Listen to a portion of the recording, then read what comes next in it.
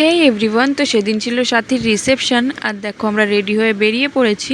আর আমরা কিন্তু চলেও আসলাম, যেহেতু সাথীর শ্বশুরবাড়ি বেশি দূরে নয়, তাই বেশিক্ষণ লাগেনি, মাত্র 15 মিনিটে পৌঁছে গেছি। আর তারপরে দেখতে পাচ্ছ সাথীর সাথে দেখাও করে নিলাম, দেন কয়েকটা ছবিও তুলে নিলাম। আর তারপরে কিন্তু এখানে আমি কিছু ভিডিও বানিয়ে নিয়েছিলাম।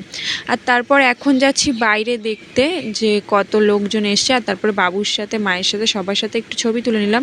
দেন এসেছিলাম ফুচকা খেতে, তো এত ভিড়। আর তারপর দেখো বোনও কিন্তু চলে এসে, বোন এসেছিলো বাইকে করে। আর তারপর কিন্তু আমি নিয়ে নিলাম একটা কফি, আর কফি এনজয় করতে করতে দেখছিলাম সাথীর ফটোশ্যুট। আর এদিকে দেখতে পাচ্ছ এখানে কিন্তু সবাই খাওয়া দাওয়ার জন্য দাঁড়িয়েছিল।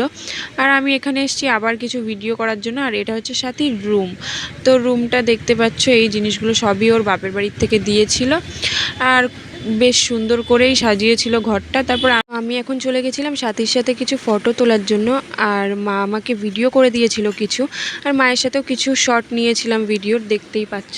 তো তোমাদের ভিডিওগুলো কেমন লাগলো কমেন্টে জানিও, আর ইনস্টাগ্রামে চেক করে নিও। ছিলাম সাথীর শাশুড়ির সাথে দেখা করতে। আর সাথী হচ্ছে কিন্তু আমার বোনের ননদ।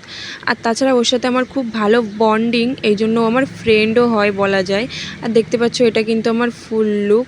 আমাকে কেমন লাগছে কমেন্টে অবশ্যই জানিও। আর তারপর কিন্তু আমরা খেতে বসে পড়লাম, অনেকক্ষণ দাঁড়িয়েছিলাম, আমাদের খেতে খেতে অনেক লেট হয়ে গেছিলো। আর বাইরে কিন্তু খুব বৃষ্টি হচ্ছে, আমার তো খুব ভয় লাগছিলো। আর গাড়িও সব চলে গেছে, যতগুলো টোটো অটো যা ছিল সব চলে গেছে। আমাদের জন্য ফের গাড়ি ডাকিয়ে তারপরে আনলো। আর তারপর কিন্তু আমি আর মা বাড়িতে গেছিলাম, যেহেতু অনেক লোকের আয়োজন ছিল এই জন্যই কিন্তু আমরা সিট পাইনি। আর তারপর দেখো আমাদের কিন্তু খাওয়া দাওয়া প্রায় শেষের দিকে, খাওয়া দাওয়া খুবই ভালো হয়েছিল। তো তোমাদের ভিডিওটা ভালো লাগলে একটা লাইক, কমেন্ট, শেয়ার আর সাবস্ক্রাইব করে দিও। দেখা হবে নেক্সট ভিডিওতে। টাটা।